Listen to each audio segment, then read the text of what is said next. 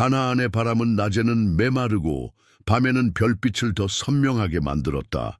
리브가는 그 바람 속에서 아이의 움직임을 느꼈다. 움직임이라 말하기엔 거칠고 싸움이라 말하기엔 너무 이르렀다. 태 안에서 서로 밀치고 당기는 두 생명.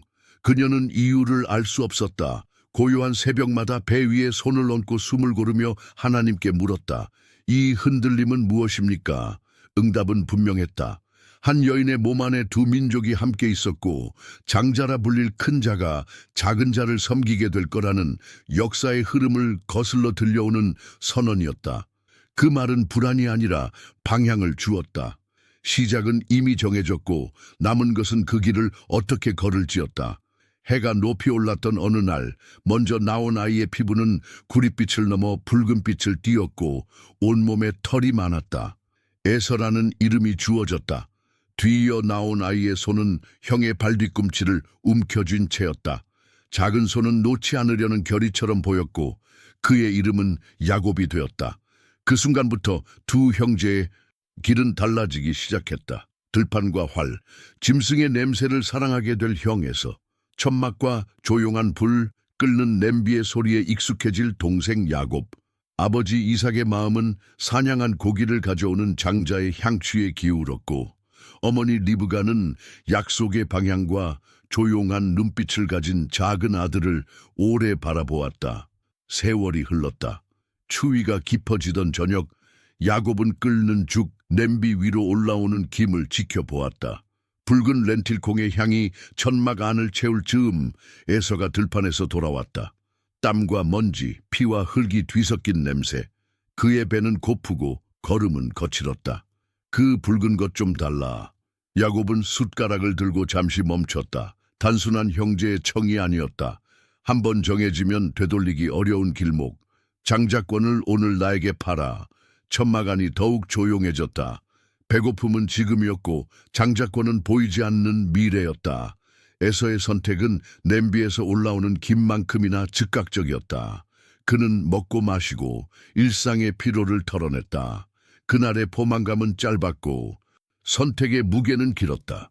야곱은 그릇을 씻으며 손끝에 남은 따뜻함을 느꼈다. 눈앞의 음식보다 멀리 있는 약속을 붙드는 길이란 늘 이렇게 조용한 결심에서 시작되는 법이었다. 시간은 또 흘렀다. 이삭의 시력은 희미해지고 목소리는 낮아졌으며 손은 더딘 떨림을 품었다. 장자의 축복을 전해야 할 때가 왔다. 어느 날 이삭은 에서를 불러 사냥한 고기를 가져오라 하고 그 맛있는 요리를 먹은 뒤 축복을 주겠다고 말했다. 말은 벽을 넘어 귓가에 닿았다. 리브가는 바람의 방향을 읽는 사람처럼 재빨리 움직였다. 약속의 흐름을 기억하는 자의 신속함이었다. 야곱은 주저했다. 아버지는 나를 만져보실 텐데요. 두려움은 단지 발각에 대한 공포가 아니었다. 축복은 하나님 앞에서 다루는 불과 같아 가볍게 쥘 수 없었다. 그러나 리브가는 준비했다. 어린 염소 2마리, 형의 옷, 손과 목에 덮을 가죽, 냄새와 촉감, 그리고 음식의 맛까지 보이지 않는 것을 향해 손을 내밀어야 하는 순간 보이는 것들을 분별력 있게 배열하는 지혜가 필요했다. 야곱이 아버지 앞에 서자 장막 안은 길고 느린 숨으로 가득했다. 이삭은 손을 뻗었다. 목소리는 분명히 동생의 것이었지만 손은 형의 거칠음을 닮아 있었다. 이삭은 냄새를 맡았다. 들판과 짐승 그리고 외투의 스민 햇빛. 그가 축복을 선언하자 말들은 씨앗처럼 떨어져 내렸다. 하늘의 이슬과 땅의 기름짐, 곡식과 포도주의 풍성함, 형제들 위에 서는 권위. 그 축복은 한 집안의 기대를 넘어 세대를 걸어 펼쳐질 하나님의 길을 상기시키는 선언이었다. 말은 보이지 않지만 방향을 만든다. 그날 방향이 정해졌다. 문이 열리고 진짜 사냥의 냄새가 밀려들었다. 에서가 요리를 들고 들어와 아버지 앞에 섰을 때 방금 전의 시간은 돌이킬 수 없는 과거가 되어 있었다. 사실을 알게 된 에서는 크게 울부짖었다. 상실은 순식간에 다가오지 않는다. 오랜 시간 형성된 기대, 장자로 살아온 기억, 자신에게 맞춰져 있던 집안의 시선이 한 번에 무너질 때 울음은 울분과 슬픔의 경계에서 터져 나온다. 이삭은 남은 말을 찾았다. 칼과 땅의 메마름, 목에서 먼 개를 떨쳐낼 날에 대한 어렴풋한 전망. 그러나 그 어떤 말도 첫 축복의 자리를 대체할 수 없었다. 에서의 눈은 뜨거웠고 그의 마음에는 날이 세워졌다. 형의 분노는 단순한 성격의 문제를 넘어 잃어버린 명분에 대한 깊은 상처였다. 리브가는 기류의 변화를 누구보다 빨리 감지했다. 에서의 분노는 곧 행동이 될 수 있었다. 그녀는 야곱을 불렀다. 말은 짧고 분명했다. 내 외삼촌 라반에게로 도망가라. 그러나 단순한 도피로는 충분하지 않았다. 그녀는 이삭에게 가나안의 딸들에 대한 염려를 말했고 그 염려는 집안의 신중함과도 맞닿아 있었다. 가정의 평화를 위해서 그리고 약속의 길을 따르기 위해서 아들은 밧단아람으로 가야 했다. 이삭은 다시 아들을 불렀다. 이번에는 늙은 아버지의 떨리는 손이 아닌 언약을 기억하는 사람의 음성으로 축복했다. 조상에게 하신 약속이 야곱을 통해 이어지길, 번성하는 공동체가 되길, 약속의 땅에 돌아오는 날이 오길. 축복은 방향이었고 길을 떠나는 발은 그 방향을 따라 움직이기 시작했다. 해가 기울 무렵 야곱은 혼자가 되었다. 들판은 넓었고 길은 길었다. 뒤에는 형의 분노와 집안의 숨가쁜 긴장, 앞에는 알 수 없는 타향과 미지의 친척들. 그는 돌 하나를 베개 삼아 눕고 허공의 깊은 어둠을 응시했다. 그 밤 하늘과 땅을 잇는 사다리가 보였다. 그 위로 오르내리는 하나님의 사자들, 그리고 들판의 바람보다 더 가깝게 다가오는 음성. 이 땅을 주시겠다는 약속, 후손에 대한 약속, 함께 하시겠다는 약속, 떠나보내지 않겠다는 약속. 약속은 야곱의 귀에만 머물지 않았다. 그것은 그의 척추를 곧게 세우고 고독의 무게를 달리 재는 힘이 되었다. 두려움이 사라진 것은 아니었다. 그러나 두려움보다 큰 동행의 선언이 그의 가슴에 새겨졌다. 새벽, 야곱은 급히 일어나 머리맡에 돌을 세웠다. 기름을 붓고 그곳에 이름을 붙였다. 본래 루스라 불리던 그 자리는 이제 베델, 곧 하나님의 집이라 불리게 되었다. 이름을 바꾸는 일은 기억을 새기는 일이다. 그는 서원했다. 오늘의 숨과 내일의 발걸음, 내가 얻는 것의 10분의 1까지 모든 것이 하나님의 손에서 왔음을 잊지 않겠다고. 서원은 거래가 아니었다. 서원은 동행에 대한 응답, 즉 예가 담긴 약속이었다. 야곱은 돌기둥을 한 번 더 쓰다듬었다. 차가운 표면 너머로 새벽의 첫빛이 전해졌다. 그는 지팡이를 들어 올렸다. 뒤를 돌아보지 않았다.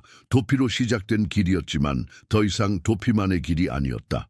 약속이 그의 등을 밀고 축복이 앞길의 표식이 되었다. 아직 형과 화해하지 않았다. 아직 사랑하는 가족의 얼굴을 다시 보리라는 보장도 없었다. 그러나 어젯밤의 꿈은 막막함 속에서도 한 줄기 길을 내었다. 그는 그 길을 따라 걸었다. 발자국은 얕았지만 방향은 분명했다.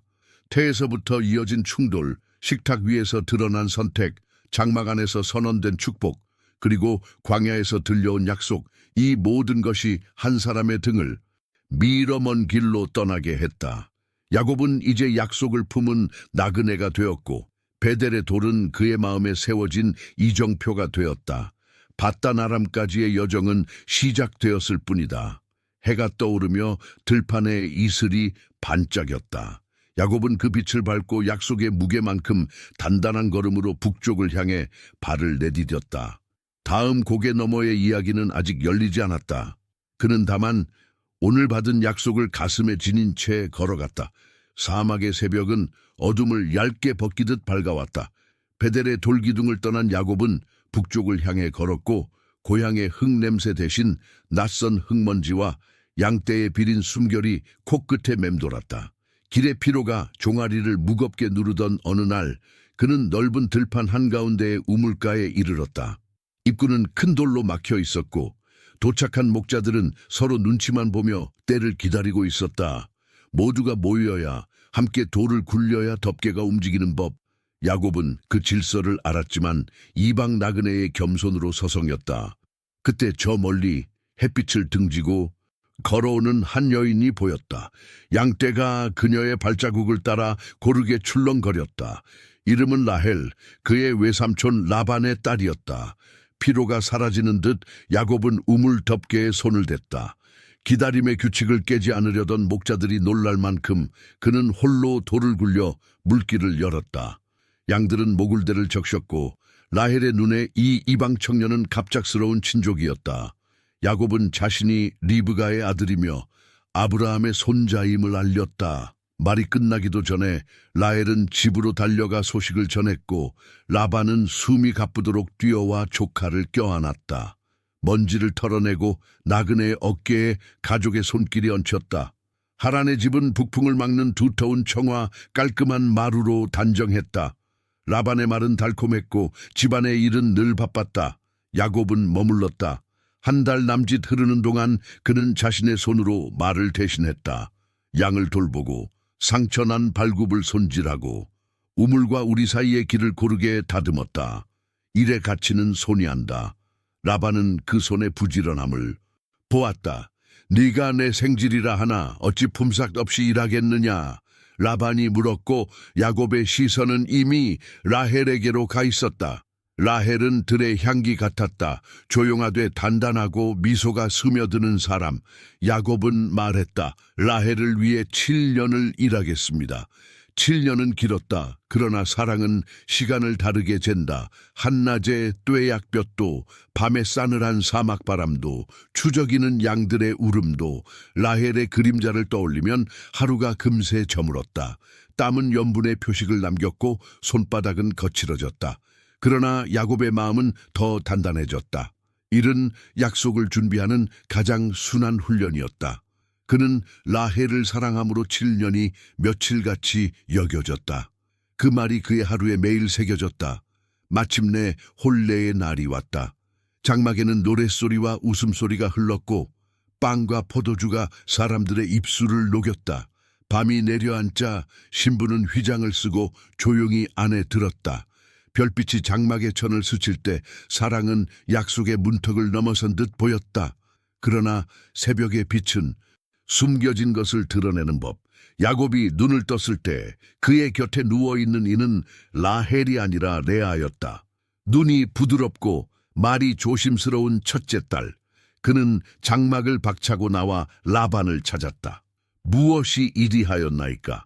목소리에는 피 맺힌 억울함과 약속의 파기가 섞여 있었다. 라반의 대답은 지역의 관습을 들먹였다. 우리 지방에서 작은 딸을 먼저 주는 법이 없다. 말은 사실이었지만 시기는 왜 그 밤이었을까? 라반은 조건을 내걸었다. 레아의 신방에 일주일을 채우면 그 다음 주에 라헬을 주되 또 7년을 더 일하라는 것이었다. 오늘의 기쁨을 내일의 빚으로 묶는 거래. 야곱은 받아들였다. 사랑은 때로 억울함 위에서 계속되기도 한다. 레아는 아내가 되었고 라헬도 아내가 되었다. 한 장막 두 자매 그리고 한 남자. 가정의 질서는 곧 긴장과 기도의 현장이 되었다. 레아는 사랑받지 못한다고 느꼈다. 마음의 갈증은 말보다 깊다. 하나님께서는 그 갈증을 보셨다. 레아의 태가 열리고 아들이 태어났다. 루벤, 여호와께서 나의 괴로움을 보셨다. 다시 아들이 태어났다. 시므온, 여호와께서 들으셨다. 또 셋째, 레위, 이제는 남편이 내게 연합하리라. 넷째, 유다, 이번에는 여호와를 찬송하리로다. 이름은 기도였고 기도는 눈물의 문장을 지녔다. 라헬은 여전히 아이가 없었다. 사랑받는 이의 빈자리는 더 깊이 아렸다. 라헬은 자신의 시녀 비라를 야곱에게 주었다. 그 품에서 단 하나님이 내 억울함을 판단하셨다. 납달리, 내가 자매와 크게 씨름하여 이겼다가 태어났다. 레아도 시녀 실바를 내어주어 갓, 복이 왔다. 아셀, 기쁨이로다를 낳았다. 후에 루벤이 밭에서 합한 채를 가져왔고 레아는 그 밤의 동침을 라헬과 흥정했다. 그 밤 이후 레아에게 이사갈, 삭, 스불론, 거주, 그리고 딸 디나가 주어졌다. 오래 기다린 끝에 하나님께서 라헬을 기억하시고 그의 태를 여셨다. 그녀는 아들을 안고 위스퍼하듯 말했다. 요셉, 여호와께서 다시 더하실 것이다. 라헬의 눈에는 이제 희망이 머물렀다. 아이들의 울음과 웃음이 장막을 채우는 사이 야곱의 손은 여전히 들판을 오갔다. 라반은 품삯을 여러 번 바꾸었다. 오늘은 얼룩무늬, 내일은 점 있는 것, 모레는 아롱진 것, 약속은 번복을 거듭했고 기준은 매번 라반에게 유리하게 기울었다. 그러나 야곱은 물러서지 않았다. 그는 물가에 서서 양떼의 습관을 오래 지켜보았다. 번시계 때 물이 흐르는 자리, 강한 것과 약한 것의 차이, 눈에 보이는 대로만 길을 정하지 않았다. 껍질을 벗긴 나뭇가지를 물구유 앞에 세우는 지혜, 강한 양이 교미할 때 그들 앞에 보이게 하는 분별, 약한 것은 그대로 두는 인내, 누군가는 미신이라 비웃었겠지만 야곱은 이를 통해 배웠다. 보이지 않는 손이 때를 여신다는 것을. 그의 우리에는 점 있고 아롱지고 얼룩진 양이 늘어났고 그 중에서도 튼튼한 것들이 그에게로 모였다. 피고는 여전했지만 때의 탄력과 털의 윤기는 다르게 빛났다. 아침마다 들판의 이슬이 털끝에서 반짝였고 저녁이면 바람이 그 수를 세는 듯했다. 시간이 지나자 라반의 아들들의 눈빛이 달라졌다. 야곱이 우리 아버지의 소유를 다 빼앗고 우리 아버지의 것에서 이런 모든 영광을 얻었다. 그들의 말은 독처럼 번져 집안의 공기까지 서늘하게 만들었다. 라반의 얼굴도 전과 같지 않았다. 예전의 환대는 옅어지고 계산이 앞섰다. 체면을 중시하는 집안에서 미묘한 시선은 곧 신호였다. 오래 품은 은혜가 시기와 오해 속에 색을 달리할 때 사람은 길을 다시 묻게 된다. 그 무렵 밤은 다시 깊어졌고 들판의 별빛 아래서 야곱은 오래 서 있었다. 베델에서 들었던 음성이 먼 기억처럼만 남아있지 않았다. 하나님께서 말씀하셨다. 고향과 족속에게로 돌아가라. 나는 베델의 하나님이라. 그 말은 꾸짖음이 아니라 기억의 부름이었다. 야곱은 숨을 길게 내쉬었다. 라반의 집에서 보낸 세월은 야곱을 남자의 어깨로 만들었다. 사랑을 위해 일했고 속임을 견디며 가정을 이루고 손수 재산을 일구었다. 그는 이제 도망자가 아니라 약속을 따라 움직이는 사람으로 서 있었다. 새벽녘 장막 안에는 아이들의 숨고른 잠과 양떼의 낮은 울음이 섞여 있었다. 야곱은 조용히 앉아 손바닥에 굳은 살을 바라보았다. 그 굳은 살마다 지난날의 계절이 들어있었다.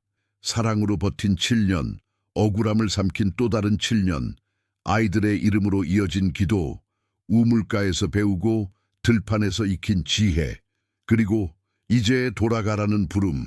그는 결심했다. 아직 누구에게도 말하지 않았지만 그의 마음은 길을 향해 기울어 있었다. 방향은 다시 남쪽, 약속의 땅이었다.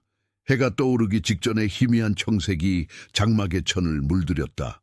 오늘은 어제와 똑같이 보일 것이다.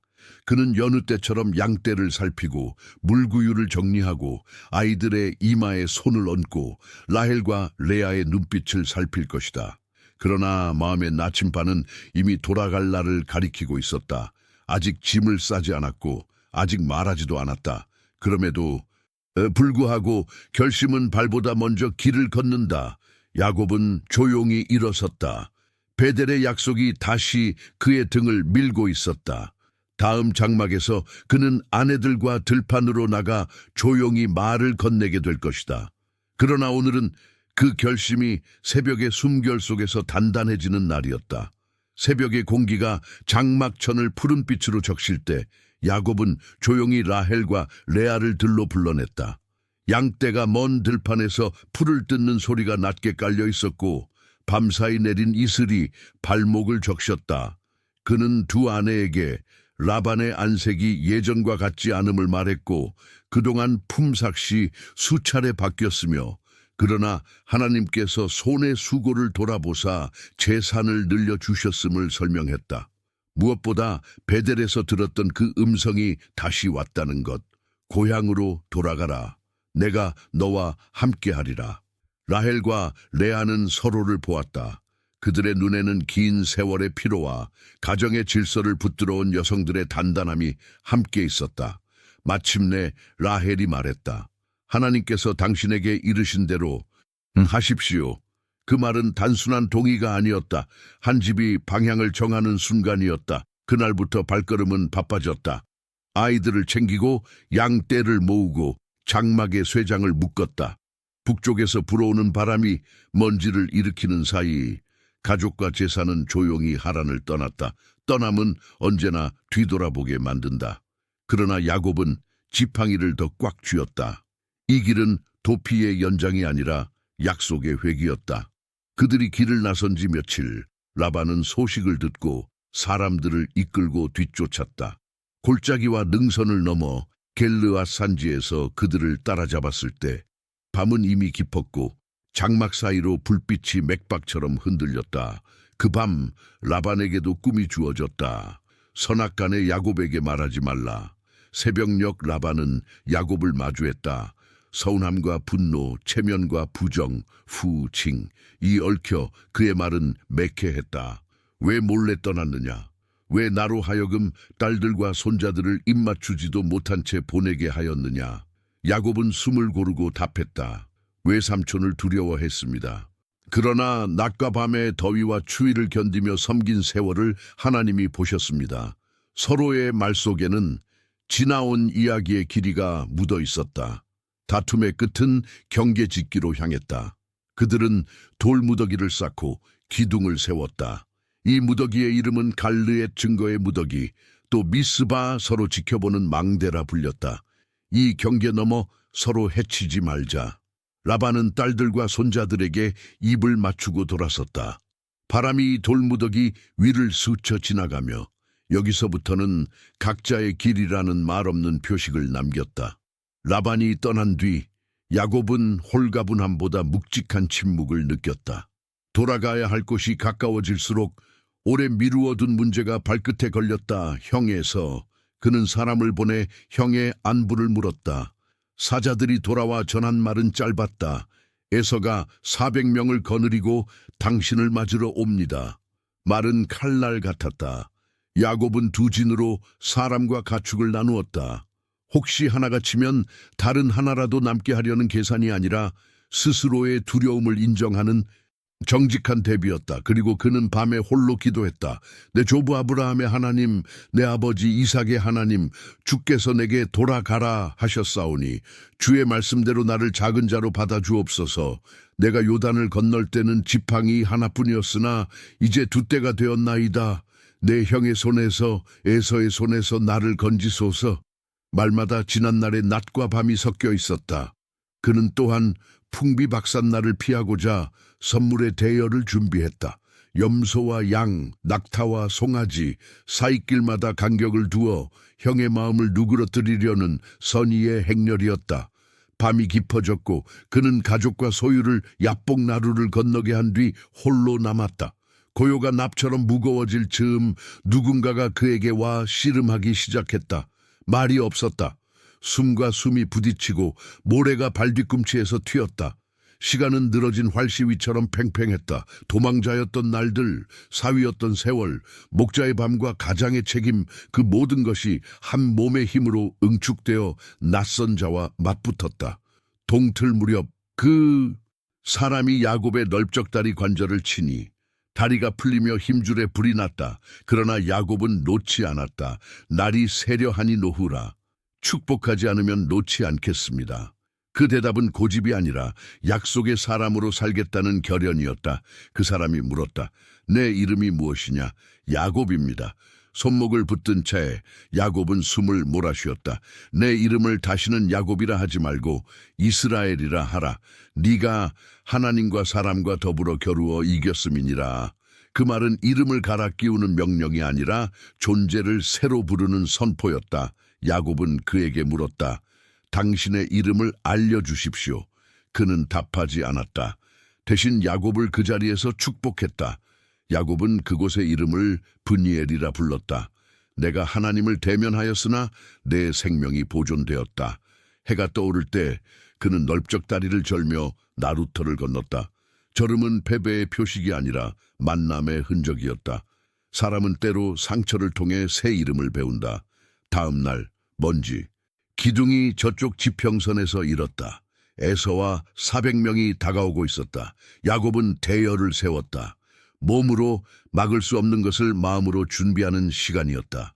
그가 7번 땅에 몸을 굽혀 가까이 갈 때 형의 얼굴이 점점 커졌다. 그 순간이 칼과 포옹 사이 어디쯤에서 멈출지 아무도 몰랐다. 그런데 에서가 달려와 그를 껴안고 목을 어긋맞추어 울었다. 울음은 오래 쌓인 서운함과 무너진 체면을 씻어가는 물 같았다. 형제의 어깨가 흔들렸다. 그들의 눈에 과거의 날들이 파도처럼 들어왔다가 나갔다. 에서가 가족과 아이들을 바라보며 묻자 야곱은 하나님께서 주의 종에게 베푸신 자녀들입니다라고 답했다. 선물의 가축들이 차례로 지나가자 에서는 말했다. 동생아, 내게도 넉넉하다. 내 것이 내게 있으라. 야곱은 간절히 청했다. 형님께 은혜를 얻었거든 이 예물을 받으소서. 형님의 얼굴을 보오니 하나님의 얼굴을 본 것 같고 형님도 나를 기쁘게 받으셨나이다. 말 속에는 전날 밤에 브니엘이 겹쳐 있었다. 마침내 에서는 받았다. 화해는 선물보다 먼저 마음에 일어나지만 선물은 그 마음의 형태를 준다. 에서가 함께 가자고 했을 때 야곱은 아이들과 양떼의 느린 보폭을 이유로 들며 사양했다. 형님은 앞서 가소서. 저는 천천히 가겠습니다. 체면을 세워주는 공손함과 아직 다 가시지 않은 조심이 한 문장에 섞였다. 에서는 세일로 돌아갔고 야곱은 숫곳으로 갔다. 거기서 그는 집과 우리를 세우고 햇볕을 막아줄 그늘을 만들었다. 잠시 숨을 고르는 계절이 지나자 그는 다시 가나안을 향해 걸었다. 세겜 근처에 이르러 그는 장막을 쳤고 그 땅의 주인 하몰의 아들들에게 은을 주고 터를 샀다. 타향사리의 끝과 약속의 땅의 시작이 손바닥의 은전 위에서 반짝였다. 야곱은 그곳에 제단을 쌓고 이름을 불렀다. 엘엘로의 이스라엘, 이스라엘의 하나님은 하나님이시다. 이는 새 이름을 부르신 분께 바친 첫 고백이었다. 가나안의 바람은 하란의 바람과 달랐다. 밤이면 별이 더 가깝게 내려앉았고 낮이면 아이들의 웃음이 들판으로 흘러나갔다. 장막의 줄은 팽팽했고 우물의 물줄기는 고르게 흘렀다. 집은 자리 잡혀갔다. 그러나 야곱의 마음은 느슨해지지 않았다. 그는 초저녁에 빛이 기울면 장막 밖에 서서 오래 서성이곤 했다. 팔베개를 하고 누운 아이들의 숨결을 세며 이름을 하나씩 마음에 썼다. 루벤, 시므온, 레위, 유다, 그리고 또 다른 이름들. 그 이름들 사이로 아버지의 시선이 오래 머무는 한 소년의 얼굴이 점점 또렷해지고 있었다.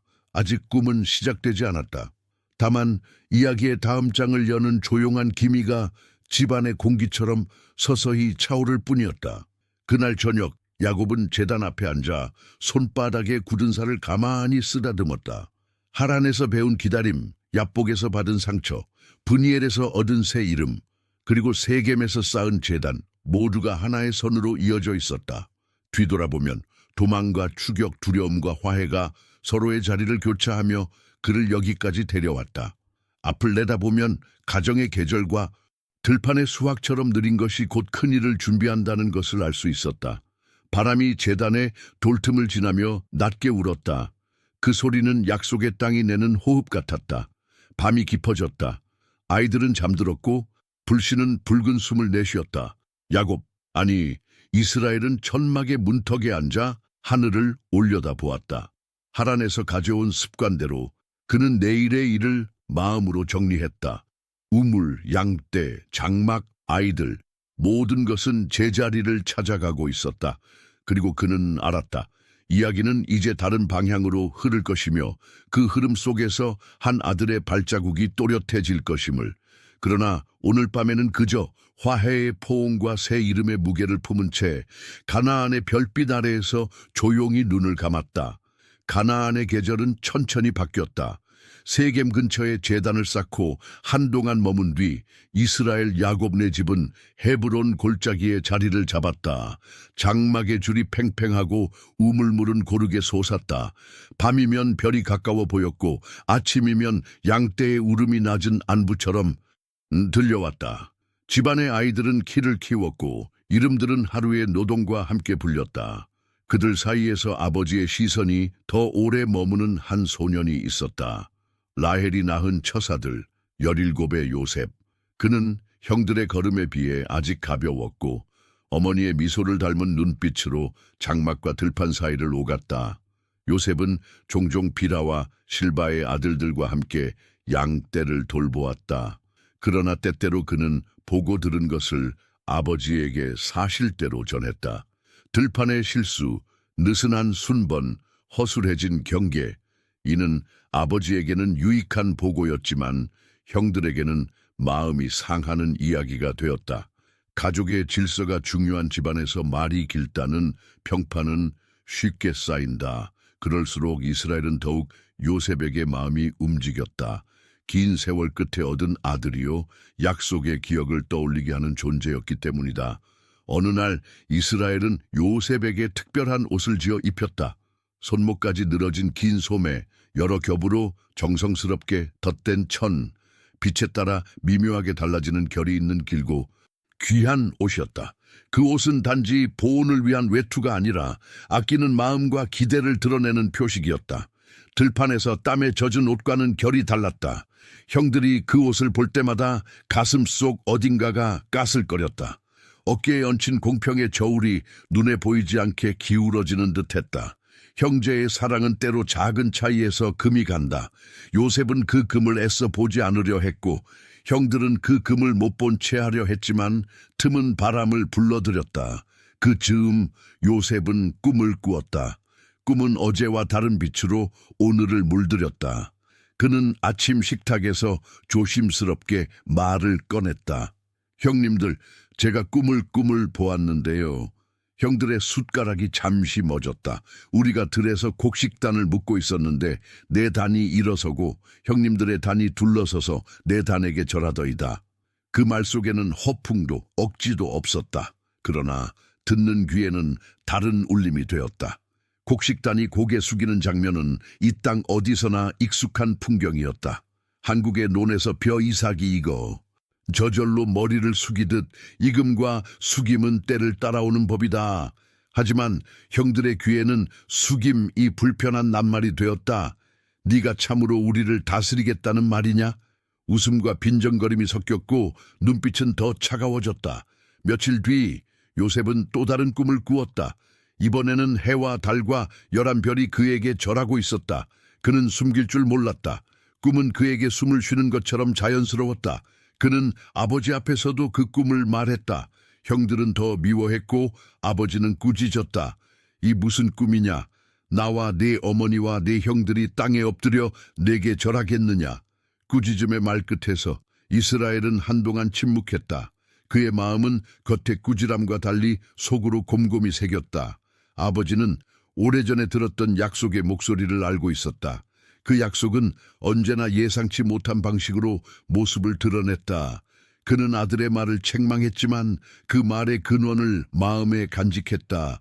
형들의 마음은 더 굳어졌다. 요셉이 장막을 드나들 때마다 긴 소매의 옷자락이 빛을 받아 흔들릴 때마다 그 흔들림은 형들의 속을 건드렸다. 아버지의 시선은 오래 요셉에게 머물렀고 장자와 차자의 질서, 어머니가 다른 형제들의 미묘한 서열, 들판에서 쌓아 올린 땀의 자부심, 그 모든 것이 요셉의 꿈과 옷에 부딪혔다. 말하지 않아도 느껴지는 냉기. 가족의 식탁은 예전처럼 시끌벅적했지만 웃음 사이에 얇은 막이 생겼다.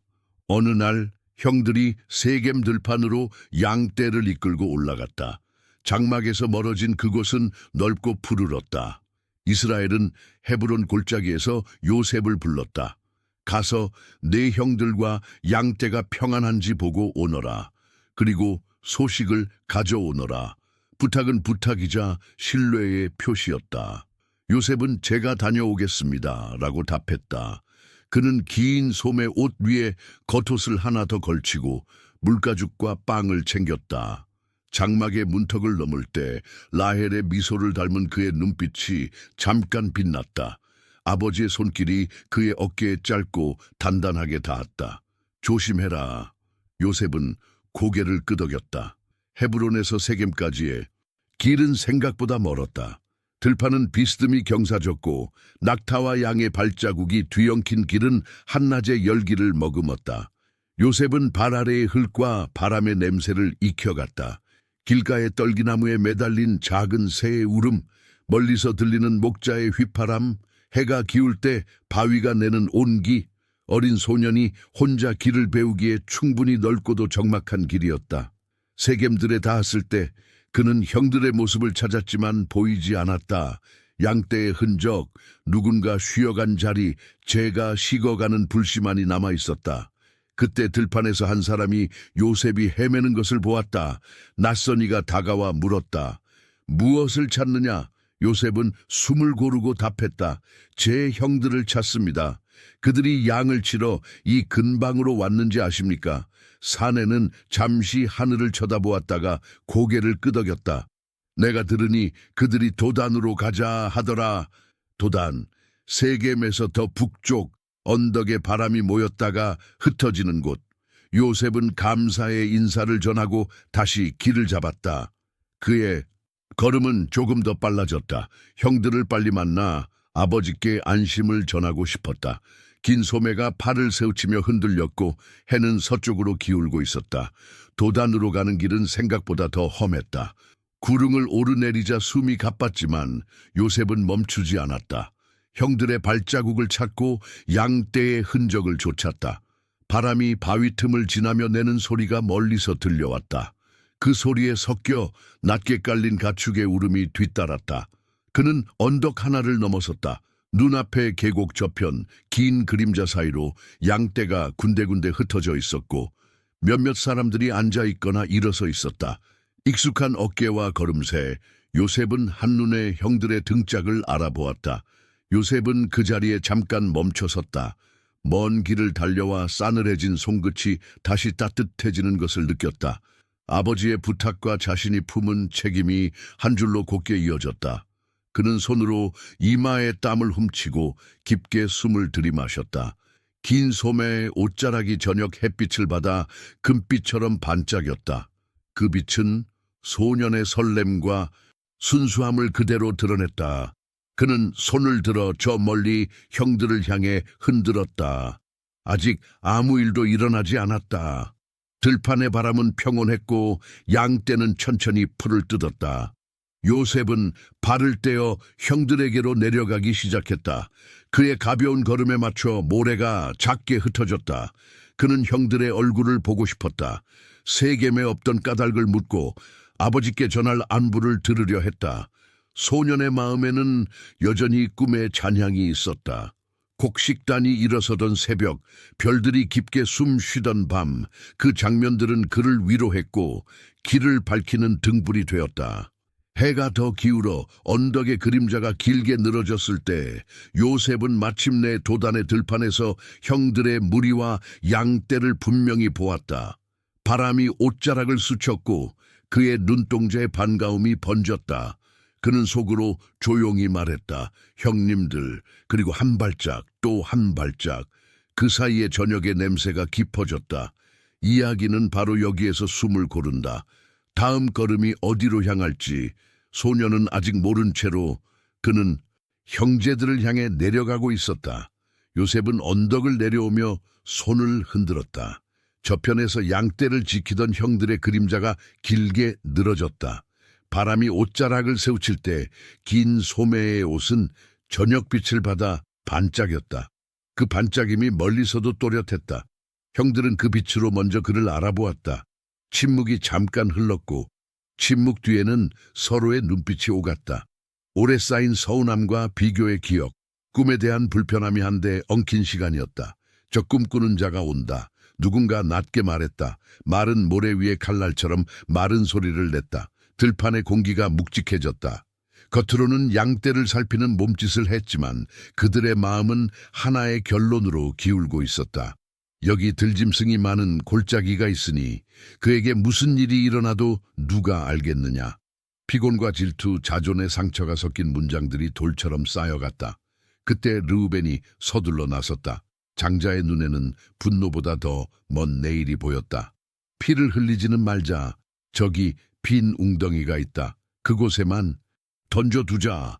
말뜻은 분명했다. 죽이는 일을 막고 나중에 몰래 꺼내려는 마음. 그는 다른 형제들의 눈치를 보았다. 모두의 얼굴에 남은 망설임이 짧게 흔들렸다가 가라앉았다. 요셉이 가까이 오자 그는 숨을 고르며 인사를 건넸다. 형님들, 아버지께서 평안하신지 물으셨습니다. 세겜에 안 보여. 말이 끝나기 전에 손이 그의 어깨를 거칠게 잡아챘다. 누군가는 그 긴 소매의 옷을 벗겨들었고 누군가는 그의 팔을 뒤로 꺾었다. 모래가 발뒤꿈치에서 튀었고 쇳소리 같은 숨이 새어 나왔다. 옷이 벗겨지는 순간 아버지의 사랑을 드러내던 색채는 한 줌의 천으로 줄어들었다. 그들의 손이 요셉을 끌고 웅덩이로 향했다. 안에는 물이 없고 돌벽은 차가웠다. 몸이 떨어질 때 배에서 짧은 비명이 끊어졌고 어둠이 그의 시야를 가득 채웠다. 위에서는 발자국 소리와 헐떡임이 가라앉고 곧 장정들이 자리를 잡았다. 이상하리만치 평온한 행동. 그들은 빵과 말린 고기를 꺼내 식사를 시작했다. 바람은 고기 냄새와 빵 부스러기의 향을 웅덩이 안으로 끌어내렸다. 요셉은 벽에 손을 대고 위쪽을 올려다보았다. 원을 그리는 하늘이 작게 보였고 형들의 목소리가 간헐적으로 내려왔다. 저 옷 어떻게 할까? 조금 쉬었다가 웅덩이의 돌은 서늘했고 손이 닿을수록 녹은 이슬처럼 미끄러웠다. 그는 목을 젖히고 천천히 숨을 골랐다. 무력감과 두려움이 목구멍을 조였다. 그러나 그 한가운데서 그는 어릴 적 장막에서 들은 이름을 속으로 불렀다. 들리지 않는 대답이 그의 가슴을 미세하게 흔들었다. 두려워하지 말라. 말이 귀가 아닌 심장에 떨어지는 듯했다. 그때 먼 지평선에서 먼지 기둥이 일었다. 낙타 방울 소리가 언덕을 넘어왔다. 길르와 쪽에서 내려오는 대상, 이스마엘 사람들, 향품과 유향, 모략의 향이 바람을 타고 퍼졌다. 유다는 고개를 들어 행렬을 바라보았다. 눈빛이 계산의 속도로 움직였다. 그를 죽여 피를 손에 묻히는 것보다 저들에게 팔자. 그는 우리의 형제요, 우리의 살이다. 말끝에 담긴 것은 죄책을 줄이려는 명분과 손에 남길 은전의 무게였다. 다른 형제들의 눈동자가 차례로 그 의견에 기울었다. 그들은 줄을 내려 웅덩이에서 요셉을 끌어올렸다. 거친 밧줄이 손목에 살을 파고들었다. 요셉은 땅 위에 공기를 들이켰다. 모래 냄새, 양의 비린 숨, 그리고 낙타의 채찍 소리가 한꺼번에 몰려왔다. 누군가 벗긴 그 옷은 아직도 형들의 발치에 놓여 있었다. 요셉은 그 옷자락을 한 번 더 보았다. 소년의 눈에 한순간 집의 냄새와 아버지의 손길이 스쳤다. 그러나 손목의 매듭이 그 기억을 묶어두었다. 대상들이 멈춰섰다. 흥정은 빨랐고 숫자는 짧았다. 20개의 은전, 몇 번의 손짓과 잠깐의 망설임, 그리고 결론. 은전이 손에서 손으로 옮겨졌고 밧줄은 상인의 손으로 넘어갔다. 요셉은 발걸음을 옮기며 뒤를 돌아보았다. 형들의 실루엣, 언덕, 웅덩이의 입구, 그리고 그 옆에 놓인 옷, 모든 것이 저녁빛 속에서 천천히 멀어졌다. 그는 조용히 입술을 깨물었다. 울음이 아닌 호흡을 지키려는 결심이었다. 낙타의 발굽이 모래를 밟을 때마다 먼지가 빛을 마셨다. 르우벤은 자리를 비웠다가 웅덩이로 돌아와 안을 들여다보았다. 비어 있었다.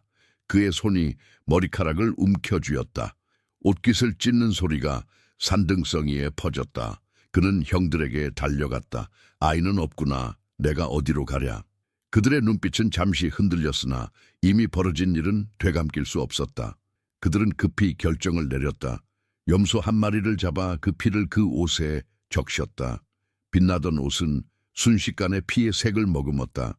흔적을 만들기 위한 흔적. 그들은 옷을 싸서 길을 재촉했다.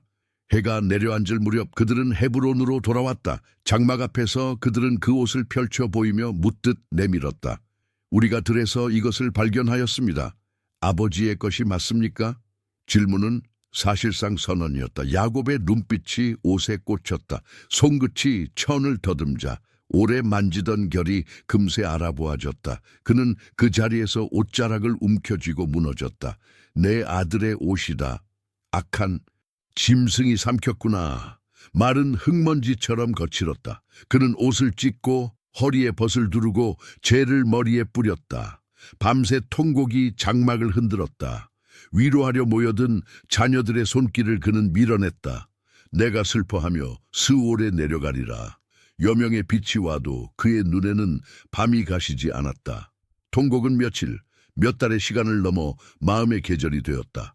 장막의 불은 타올랐다가 사그라지고 다시 타올랐다. 그러나 그의 가슴에 불은 꺼지지 않았다. 그동안 대상의 행렬은 남쪽으로 또 남쪽으로 흘렀다. 사막의 냄새가 몸에 배었고 요셉의 손목에는 밧줄의 자국이 굳었다. 그러나 밤이 오면 그는 하늘을 올려다 보았다. 낙타 종아리 너머로 보이는 별빛이 어릴 적 본 가나안의 하늘과 이어져 있었다. 땅은 달라졌지만 하늘은 같은 언약의 천막처럼 펼쳐져 있었다. 그는 마음속에서 조용히 이름을 불렀다. 들리지 않는 응답이 다시금 그의 숨을 고르게 했다. 낯선 언어의 고성과 상인의 흥정 사이에도 그 고요는 끊기지 않았다. 마침내 애굽의 관문이 보였다. 물길이 넓게 퍼지고 갈대가 흔들리고 돌기둥과 장대기둥이 쓴 도시 미스라임의 땅. 향품의 냄새가 시장길을 채웠고 햇빛은 밝고 단단했다. 대상들은 익숙한 동선으로 발걸음을 옮겼다. 주인을 찾는 눈빛, 값을 재는 손짓, 노예들의 채굴을 가늠하는 시선이 분주했다. 그곳에서 요셉은 시위대장 보디발의 종으로 팔렸다. 채구는 단단했고 눈빛은 맑았다. 상인은 그를 내세웠고 보디발의 관리가 값을 치렀다. 밧줄이 풀렸지만 그는 자유인이 아니었다. 대신 새집의 규율과 낯선 언어, 다른 질서가 그를 기다리고 있었다. 보디발의 집은 규율이 있었다. 문은 높고 안뜰의 돌바닥은 윤이 났다. 종들은 발걸음을 맞추었고 명령은 간결했다. 물건은 제자리에 놓였고 말은 필요할 때만 쓰였다. 요셉은 안뜰 한편에 서서 숨을 고르며 주위를 살폈다. 어디에 물이 흐르고 어디에 곡식이 쌓이며 누구의 눈빛이 결정권을 가졌는지 그는 빠르게 배웠다. 배움은 생존의 첫걸음이었다. 누군가 그에게 이름과 출신을 물었고 그는 짧은 말로 답했다. 이방의 억양 속에서도 그의 목소리는 흔들리지 않았다. 그는 자기 손을 내려다 보았다. 굳은 살과 새로 생긴 밧줄 자국이 교차했다.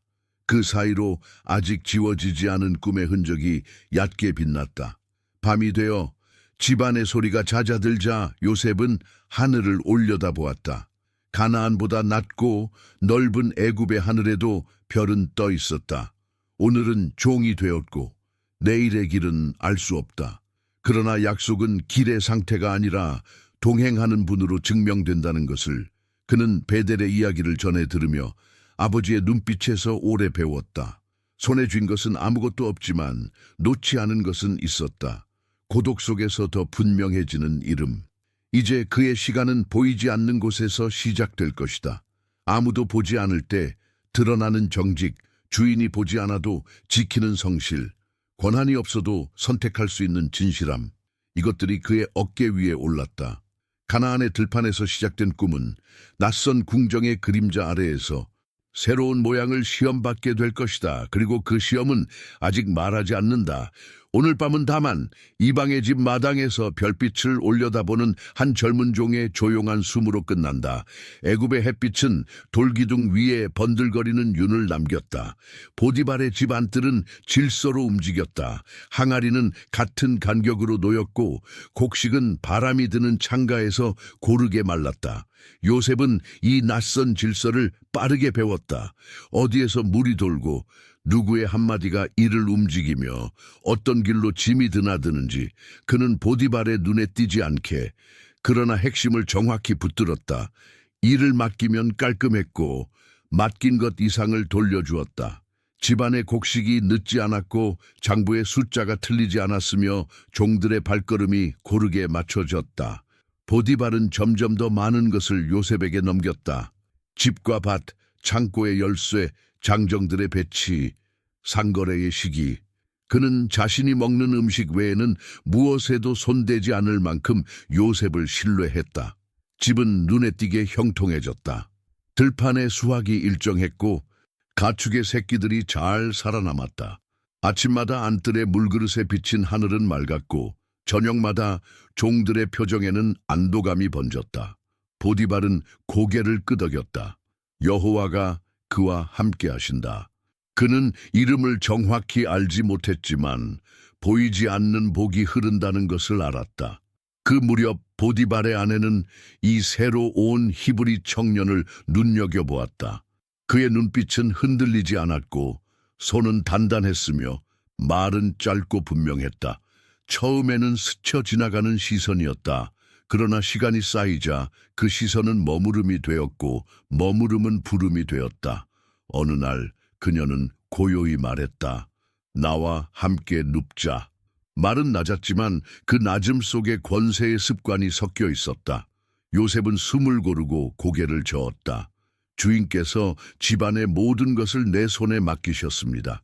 주인보다 큰 자가 이 집에 없고 당신은 그의 아내이시니 내가 어찌 이 큰 악을 행하여 하나님께 죄를 지으리까? 그는 주인의 신뢰와 하나님의 임재를 한 문장 안에 붙들었다. 대답은 공손했지만 단호했다. 그러나 그날로 끝나지 않았다. 날마다라는 말처럼 그녀의 말은 하루와 다음 하루를 이어 계속되었다. 요셉은 그 앞에 서지도 함께 있지도 않으려 조심했다. 마음의 경계는 발의 동선을 바꾸는 법이다. 어느 날 집안에는 일이 분주하여 사람들의 발길이 흩어졌다. 방 안은 드물게 비어 있었다. 요셉이 이를 보러 들어섰을 때 그녀가 문을 잡고 다가왔다. 손이 그의 옷을 움켜쥐었다. 함께 있자. 가까운 숨결, 닫힌 문, 비어있는 복도, 유혹은 주저함을 먹고 자란다. 요셉은 망설이지 않았다. 그는 몸을 틀어 옷을 남겨놓고 뛰쳐나왔다. 옷자락이 손에서 빠져나가는 순간 질주하는 발걸음이 복도를 길게 가르며 지나갔다. 도망이 아니라 지킨 것이었다.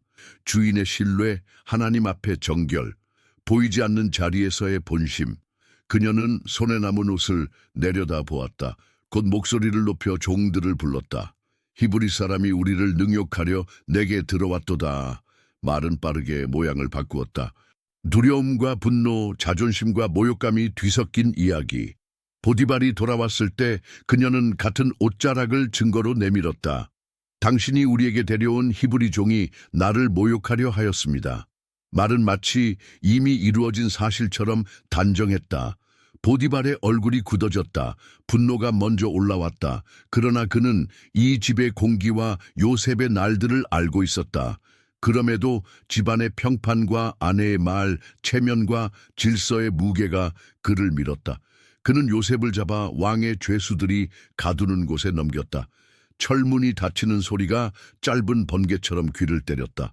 낯선 냄새, 습기와 금속, 오래된 곡식의 곰팡 내 낮게 섞인 신음. 하루아침에 청지기에서 죄수가 되었다. 그러나 요셉은 몸을 세웠다.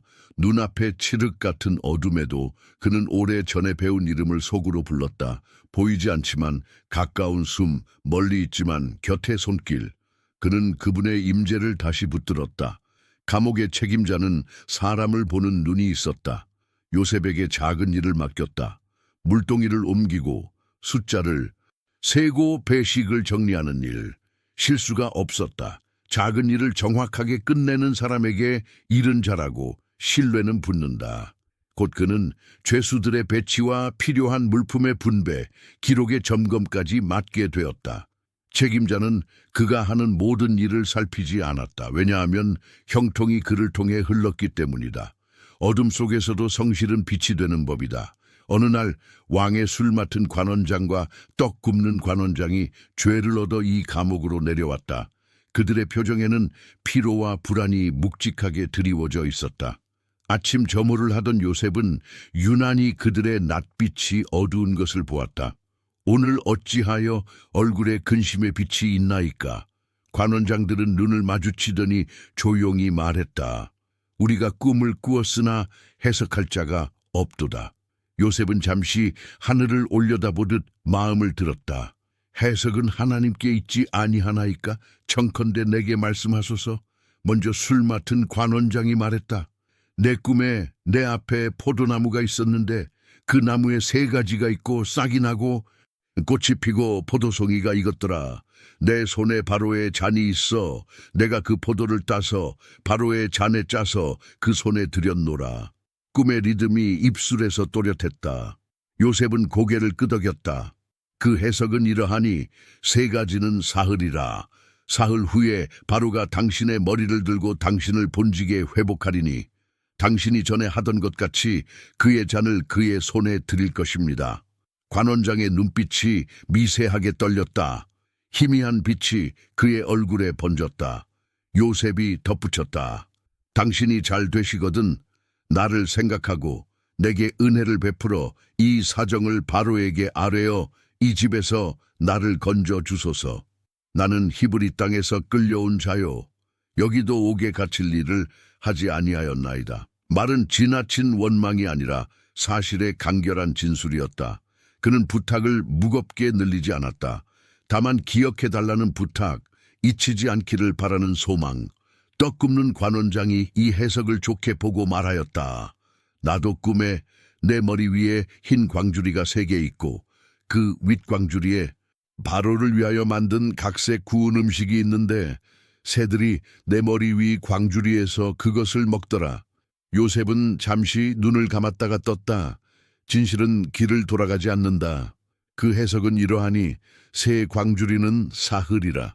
사흘 후에 바로가 당신의 머리를 들어 당신을 나무에 달리니 새들이 당신의 살을 먹으리이다.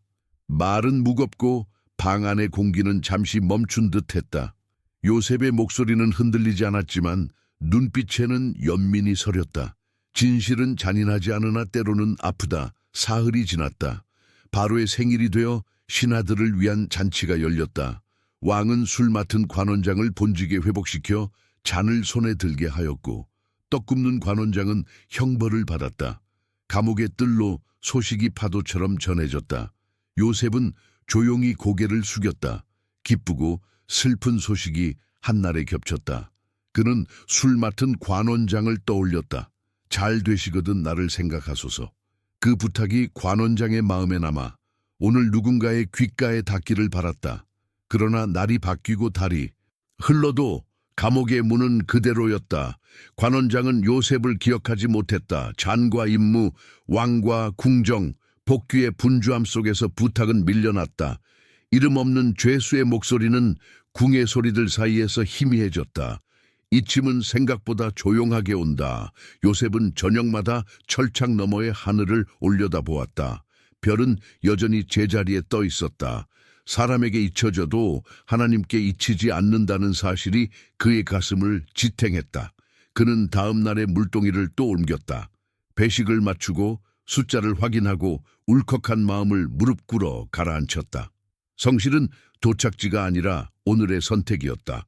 감옥은 여전했고 발자국 소리는 낮게 이어졌다. 그럼에도 그의 내면에는 조용한 확신이 자랐다. 보디발의 집에서처럼 여기에서도 보이지 않는 손이 일하신다는 확신, 칠흑 속에서도 길은 있다. 한밤의 숨과 같은 길, 때가 차면 열릴 문을 향해 오늘 해야 할 일을 다하는 발걸음. 이야기는 이 어둠 속에서 더 깊어졌다.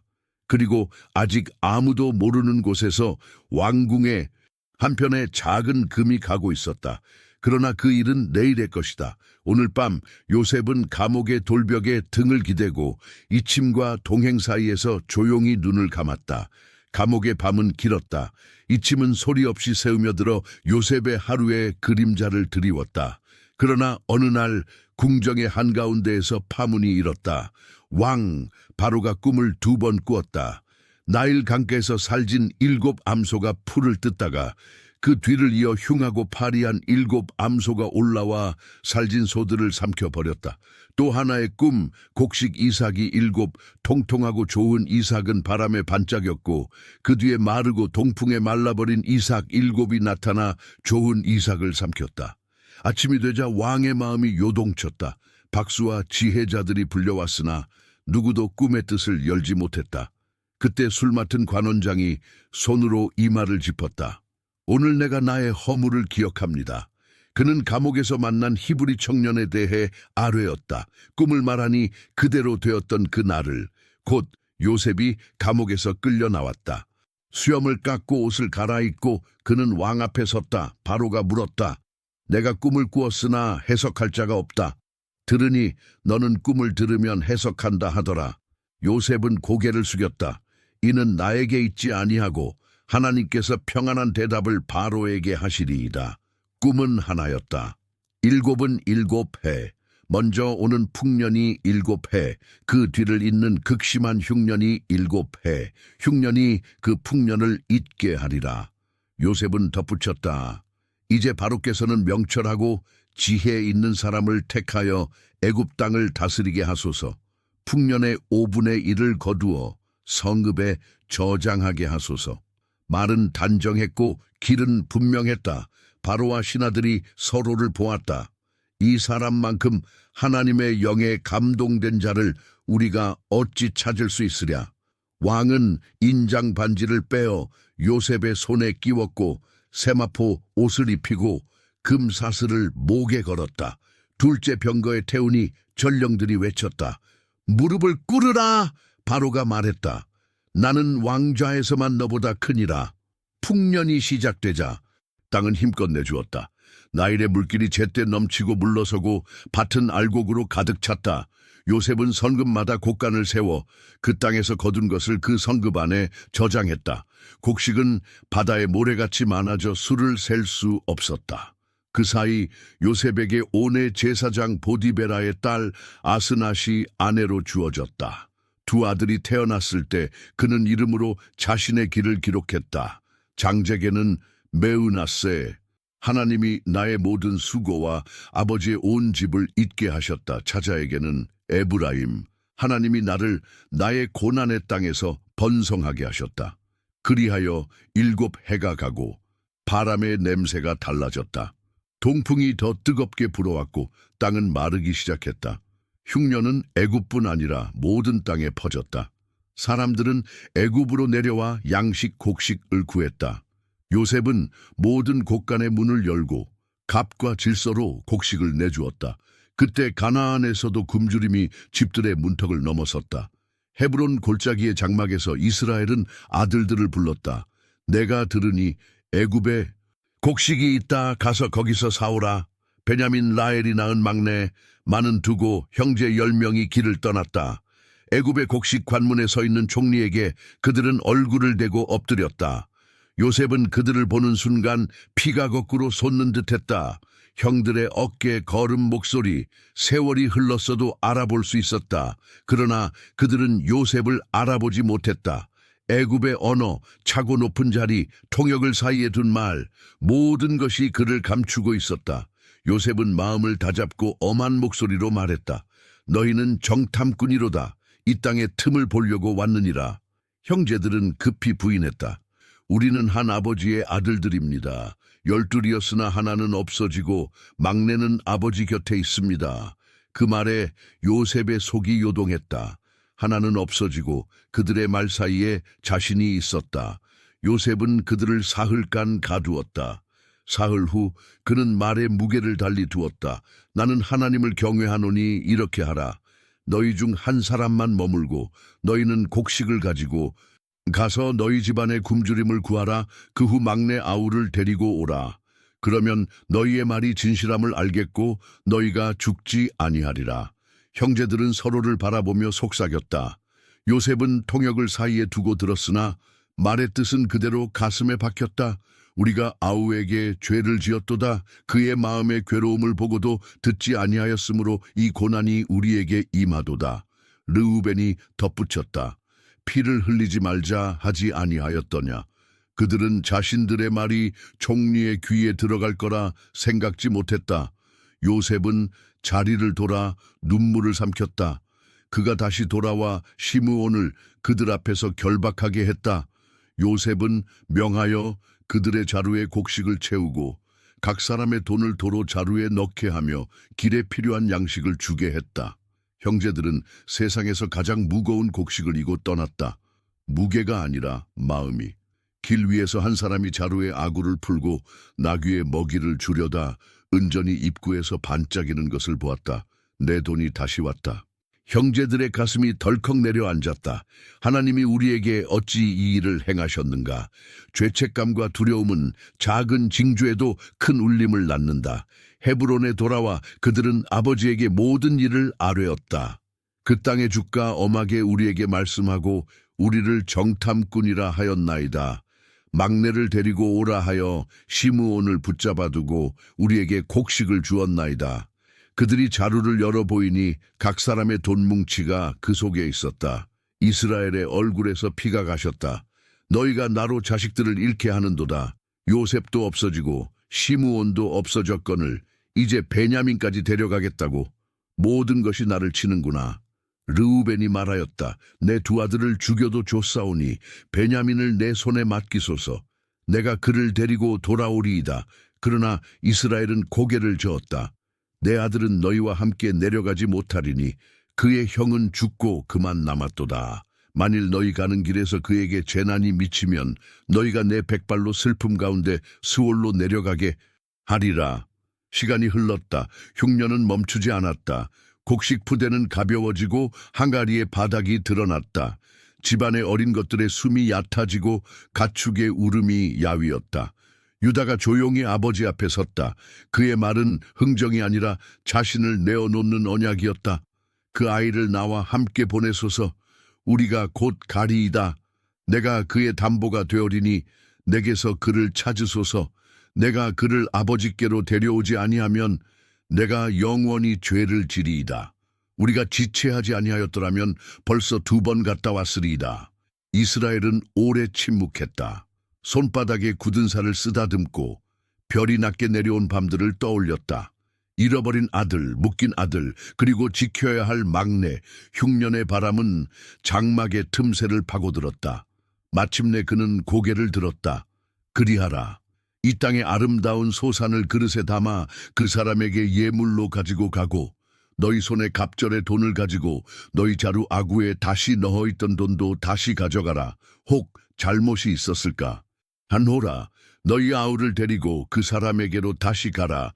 전능하신 하나님이 그 사람 앞에서 너희에게 은혜를 베푸사 너희 또 다른 형제와 베냐민을 놓아 보내게 하시기를 원하노라. 나로 자식을 잃게 되면 잃으리로다. 말은 결심이 되었고 결심은 움직임이 되었다. 형제들은 예물을 꾸리고 돈을 정리하고 베냐민의 짐을 매만졌다. 장막 안의 공기는 무거웠지만 길은 정해졌다. 아직 떠나지 않았다. 그러나 떠날 마음은 이미 길 위에 나섰다. 곳간의 문을 열었던 손이 다시 시험을 열 준비를 하는 동안 한 집안은 믿음과 두려움 사이에서 다음 발걸음을 모았다. 이야기는 여기서 숨을 고른다. 다음 장은 이 결심이 어디로 그들을 이끄는지에서 시작될 것이다. 곡식 자루의 바닥이 드러나자 집안의 숨은 짧아졌다. 유다가 담보를 자청하며 서자 이스라엘은 마침내 무겁게 고개를 끄덕였다. 전능하신 이가 너희 앞에 은혜를 베푸사 내가 자식을 잃게 되면 잃으리로다. 그 말은 집을 떠나는 발걸음의 기도가 되었다. 형제들은 예물과 갑절의 돈 그리고 베냐민을 데리고 다시 애굽의 길을 잡았다. 모래바람이 발등을 스치고 가나안의 언덕이 뒤로 멀어질수록 마음은 더 단단해졌다. 요셉은 문을 통하여 그들을 보자 가슴이 저렸다. 특히 베냐민, 어머니의 미소가 어른거리는 얼굴을 보자 오래 잠겨있던 눈물이 가슴 안쪽에서 부풀었다. 그러나 그는 얼굴을 굳혔다. 사람들을 집으로 인도하여 정오에 식사하게 하라. 형제들은 두려워 떨었다. 저번에 자루에서 나온 돈 때문에 우리를 노예 삼으려는가. 그러나 집의 청지기는 조용히 말하며 안심시켰다. 너희의 하나님이 너희 자루에 보화를 넣으신 것이라.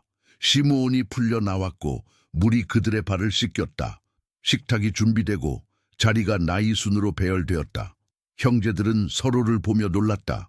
베냐민의 몫이 5배였다. 잔이 돌고 음식의 향이 퍼졌지만 요셉은 오로지 마음을 다스렸다. 기쁨과 그리움이 한꺼번에 올라오면 사람의 말은 쉽게 무너지기 때문이다. 그는 조용히 자리를 비켜 눈물을 거두었다가 다시 돌아왔다. 마음을 시험할 마지막 문턱이 앞에 있었다.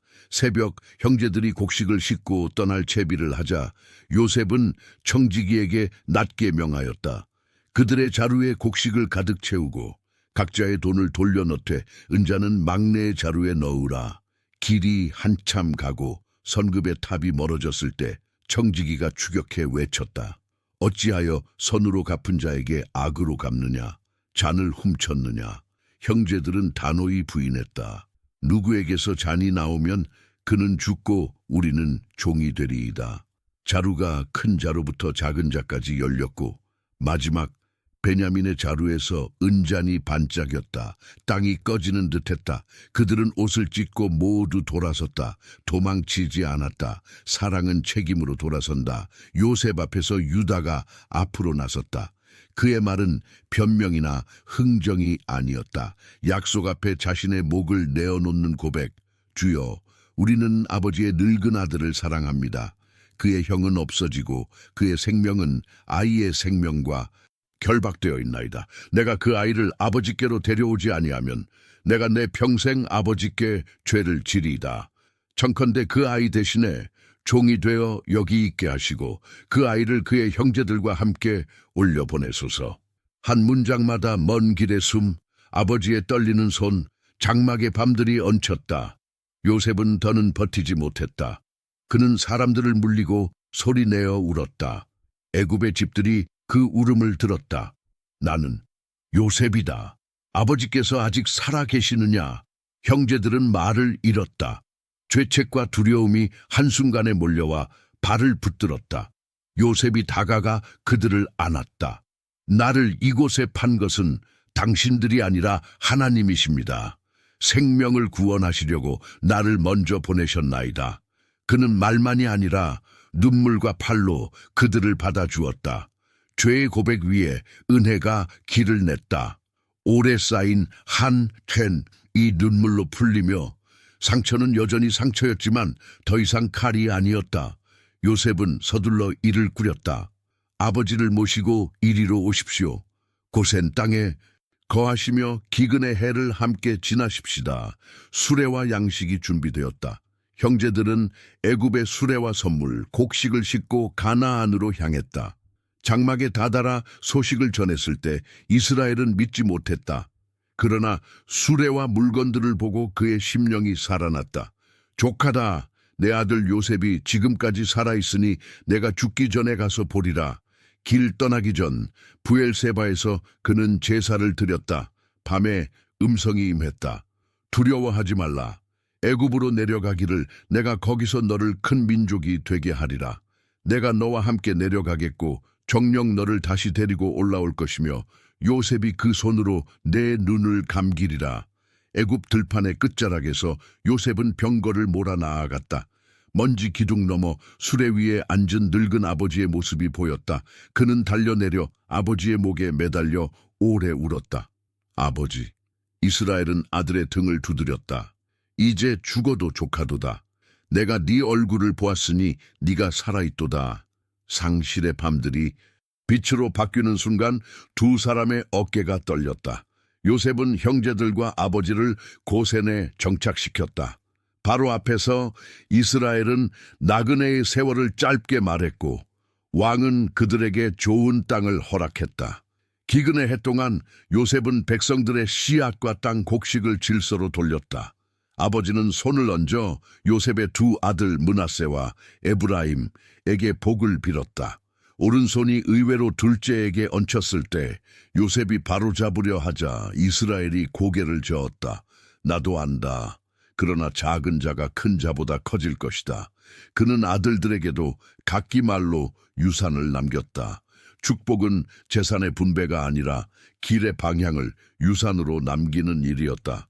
세월이 차서 이스라엘이 숨을 거둘 때 자식들이 침상 곁에 섰다. 나를 조상의 묘지에 장사하라. 마물의 맞은편 막벨라 굴, 아브라함과 사라, 이삭과 리브가가 누운 곳.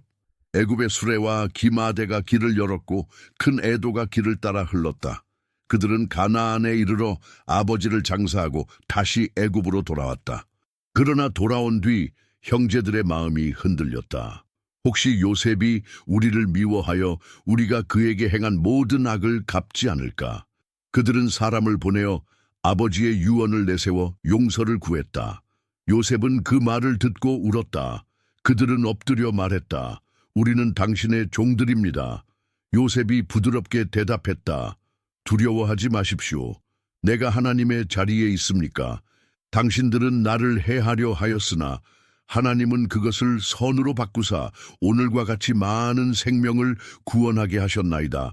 그러므로 두려워하지 마소서. 내가 당신들과 당신들의 자녀를 기르리이다. 말은 약속이 되었고 약속은 밥이 되었다. 그는 그들을 위로하고 친절히 말하였다. 상처는 기억되지만 용서는 미래를 만든다. 해가 여러 번 바뀌고 요셉은 손자들을 무릎에 올렸다. 죽음의 때가 가까워 오자 그는 형제들에게 말하였다. 하나님이 반드시 너희를 돌보시리니 너희를 이 땅에서 아브라함과 이삭과 야곱에게 맹세하신 땅으로 인도하여 올라가시리라. 하나님이 반드시 너희를 돌보시리니 너희는 여기서 나의 해골을 메고 올라가라. 사람의 생은 끝나도 약속은 계속된다. 그의 뼈는 훗날을 향한 표지석이 되었다. 밤이면 고센의 하늘에도 별이 떴다. 이방의 땅, 그러나 버려진 땅은 아니었다. 가족의 상처가 은혜 아래서 꿰매졌고 한 집안의 죄와 눈물 위에 하나님의 섭리가 길을 냈다. 용서는 기억을 지우지 않지만 복수의 칼을 내려놓게 한다. 유다는 자신을 담보로 내세웠고 요셉은 권세로 칼을 빼지 않았다. 아버지는 축복으로 길을 보여주었고 형제들은 두려움 속에서 다시 손을 맞잡았다. 그렇게 한 민족의 이야기가 이 작은 집안의 상처난 자리에서 시작되었다.